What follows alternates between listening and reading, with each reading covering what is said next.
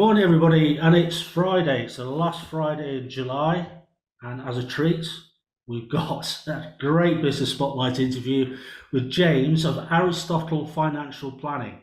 Probably a little bit of a clue in the name, but James, tell us all about your business. Yeah, so I run Aristotle Financial Planning. It is a financial planning and financial advice business. So essentially, we help people with their personal finances. Fantastic. That's the personal finances. So, where do you actually operate? What sort of niche do you actually operate in?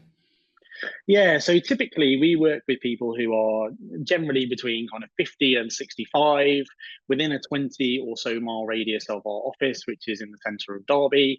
And we're really looking to work with people who either run businesses or they're senior leaders within their kind of respective professions. Oh, that's really interesting. So, why have you chosen to do that and not go massive or big or anything like that? Why that niche? Yeah, so I guess there's probably a couple of reasons really from that perspective. So I think one is really being in the business of quality as opposed to quantity. So, want to do a really good job, want to do a really detailed job, want to make sure everything is as optimal for people as possible. But secondly, I guess I still actually enjoy delivering financial planning with clients. And so I don't want to get away from that. And there's a danger that if you sort of grow a business too big, and you kind of go to kind of be a jack of all trades and deal with everybody, that you kind of end up off the tools, so to speak. And you've really got to kind of know your stuff. As you probably might have some awareness, it's a heavily regulated industry, and the things that we do can often have quite big financial consequences for people. Hopefully, in a positive way. From that perspective, but the risk of error is there, and sometimes those errors, if they were to happen, would be quite expensive. Okay, so basically, what you're actually saying, you prefer to work with less clients, personal service. Yeah, absolutely right. Brilliant. Okay, so what is financial planning? Yeah, good question. So I think probably the easiest way to kind of describe this really is to kind of use an analogy. So I probably would kind of say to you, look, if you could imagine that really financial planning is like having a sat nav in your car. So really, we're going to tell you in relation to your finances where do you want to go, how do you want to get there, what's the optimal way to get there, do you want to take the scenic route, do you want to take poles, and we'll essentially personalize that to you and your circumstances in relation to your personal finances.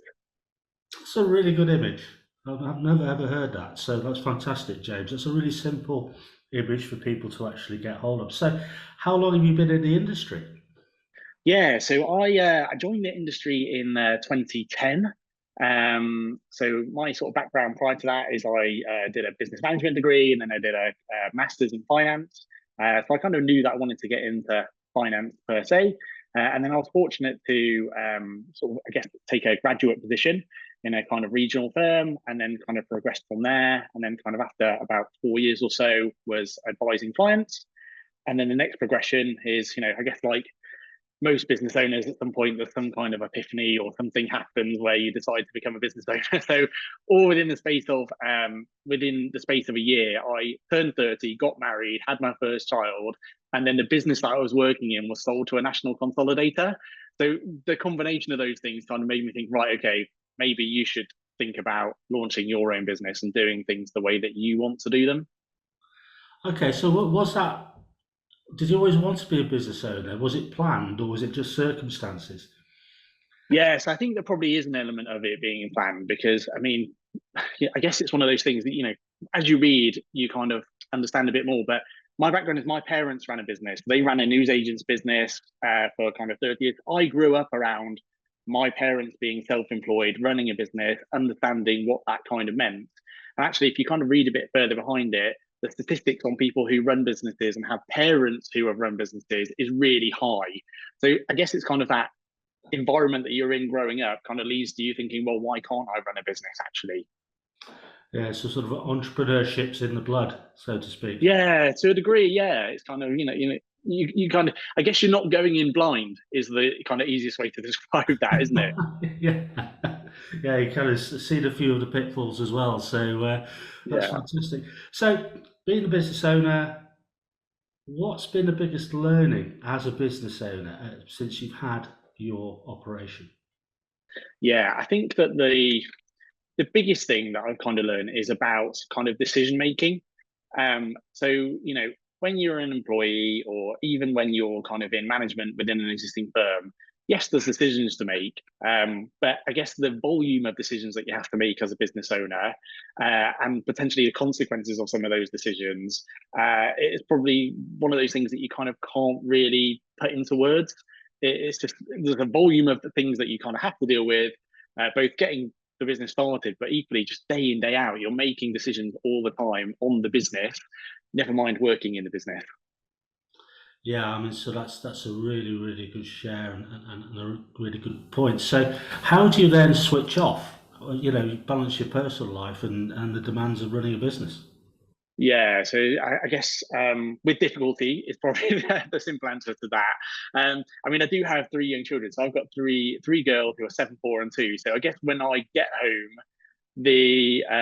it's difficult for me to kind of go, okay, yeah, I'm going to be in work mode because just physically there are some demands on your actual presence from that perspective. But I guess over time you kind of learn to set some boundaries. And so, I try not to check my emails when I'm at home. So when I'm at home, I'm at home. When I'm at work, I'm at work, and try and kind of have some of those boundaries. Now, there's times when you're busy, and that kind of gets kind of becomes a grey area between what's work and what's home. And if you're working from home, that can kind of happen. But I think it's an ongoing element of kind of self discipline, really, from that perspective. Now, my wife actually a few years ago did buy me like a wooden box. Um, and when I get home, I can't say I do this all the time in honesty, but I do try to do it. Is put your phone away.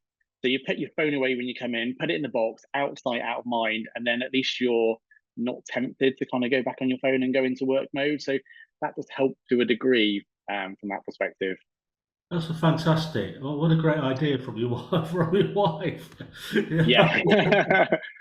And I hope she sees it through as well. It sounds as she is. So fantastic. So, in terms of the industry and your business, what do you see as the main challenges going ahead?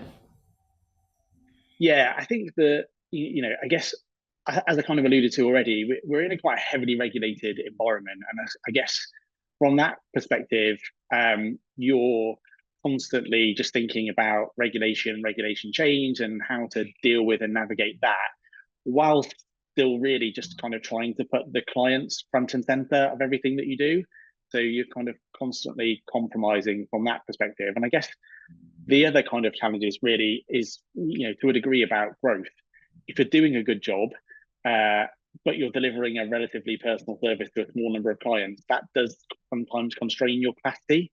And so there are times when you kind of do have to say no, sometimes against your better judgment. Yeah, it's sort of turning stuff away. So that's an interesting point actually. So if you'd start from square one again, would you do anything differently?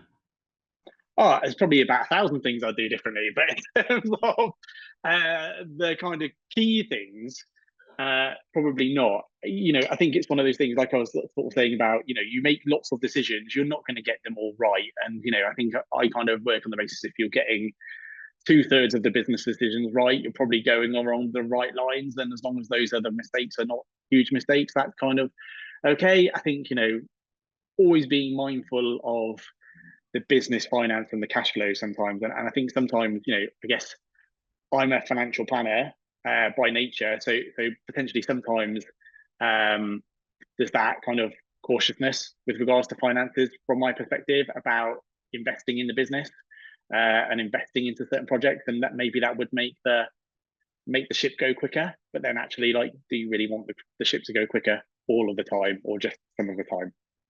Brilliant. And finally, what is the best advice you give to an 18-year-old you? Yeah, I think go and see the world and go and try different things, because actually that was something that really helped me. So when I was doing my master's at university, and finance sounds like a narrow industry, but actually there's lots of different facets within that. And I was kind of quite lucky to be pushed to go and look at those different things and try those different things. And you kind of think, if you don't go and try those things and see those things and do those things, there's never kind of going to be another opportunity, because once you're 10 years in, I'm not saying it's not possible to retrain, but it's quite difficult to retrain. Brilliant. What a wonderful way to end. James, thank you so much for your time. Yeah, no problem at all.